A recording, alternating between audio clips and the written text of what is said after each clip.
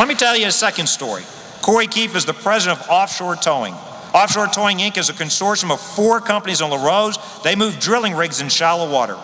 Even though they operated in shallow water, they're being affected by the de facto moratorium going on in shallow water, whereby the federal government has reduced permits almost to a halt. Corey told us about mass confusion with the federal regulators. He said he can't plan. There's too much uncertainty in the permitting process. He's already laid off 1 employee, fears for the future. He says right now it's a short-term problem, but if they don't resolve these issues quickly, it's going to be a long-term problem. That means having to tie up equipment and sending people home. He says they're looking at that possibility every day. Corey is also here with us today. Corey, please stand. Corey's right here. You're going to see him on the Jumbotron. Give Corey a round of applause.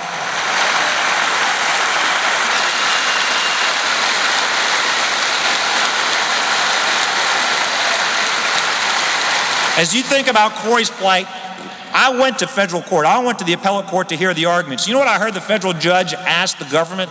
They asked the federal government, did you even consider the economic damages caused by your moratorium? You would think they're putting tens of thousands of people out of work. There's only one obvious answer to that question. I was stunned when the attorneys for the federal government said, no, that was not a part of their deliberations. They didn't even think about people like Corey when they made their decision for this moratorium. One more reason we need the federal government to do their job so thousands of people like Corey don't lose our jobs here in Louisiana.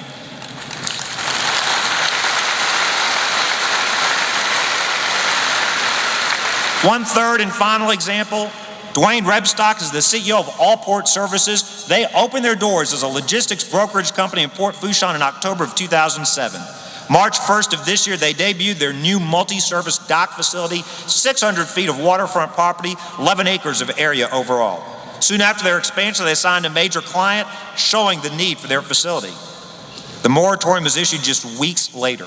Their major client backed out on the exact date the moratorium was enacted. Now they're working spot jobs because, as Dwayne says it, no major company is going to make a move. We're waiting to see what the president's going to do. To make ends meet, Allport has converted part of their yard into housing for BP workers to stay afloat, but they're still losing money. As a result of the moratorium, Dwayne has laid off some of his management staff and labor force.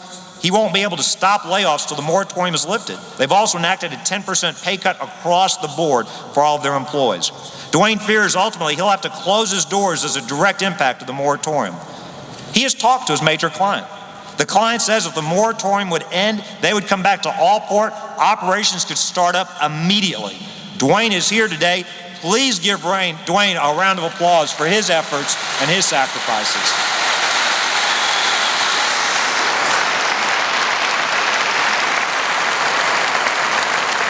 Dwayne, Corey, these are just 3 faces, 3 examples of Louisiana men and women that want to go back to work. I'm here to tell you this. It is my privilege, it is my honor to get up every day and serve you as governor of the greatest state and the greatest country in the history of the world.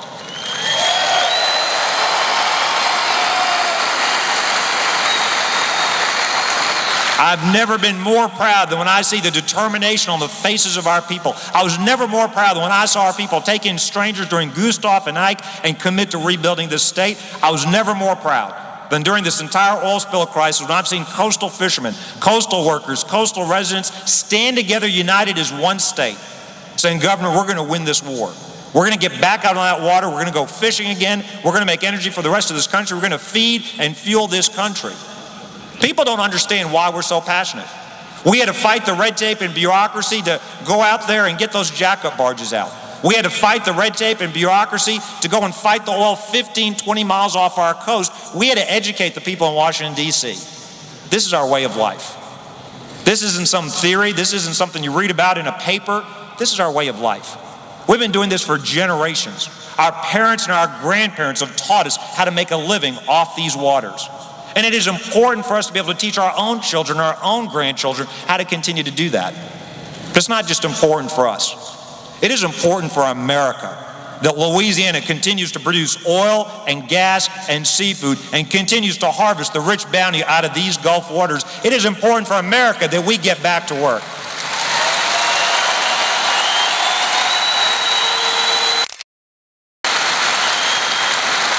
So I want to close with this. I've got one message to the President of the United States. I've got one message to the bureaucrats in Washington, D.C. It's very simple.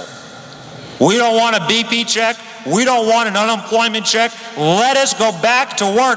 Join me in saying that message to D.C. Let me hear you say it. Let us go back to work. Let us go back to work. Let us go back to work. Let us go back to work. We don't want an unemployment check. Let us go back to work. God bless you. God bless Louisiana.